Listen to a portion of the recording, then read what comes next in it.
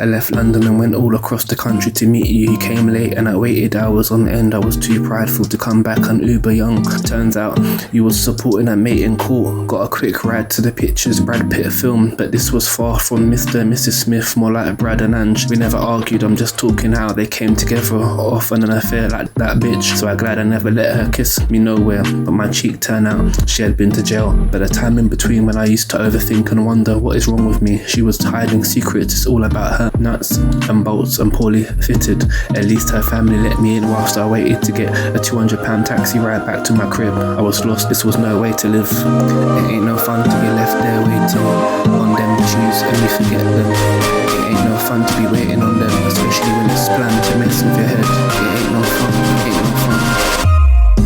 Went to Maidstone, wish I could tell you it was a ruby stone, but back then it was a girl who was the name of an illegal substance that lied about her age and height. She wasn't a skyscraper tool, but she was insecure and trust was broken. Not really my type in person, as my Afghan brother back then said. You can do better. We went shopping, they had in the park, walked side by side, but her smaller friend was way into me more. Was too fixated afterwards on making a liar work. I'm not even into her. Idiot. She barely cared till one day I said unforgivable things about her papa who passed. That will teach you, bitch, not to play with my emotions. Leave me on red now. You reply less than a second to ask me why. So that was my old way of thinking. I was just her.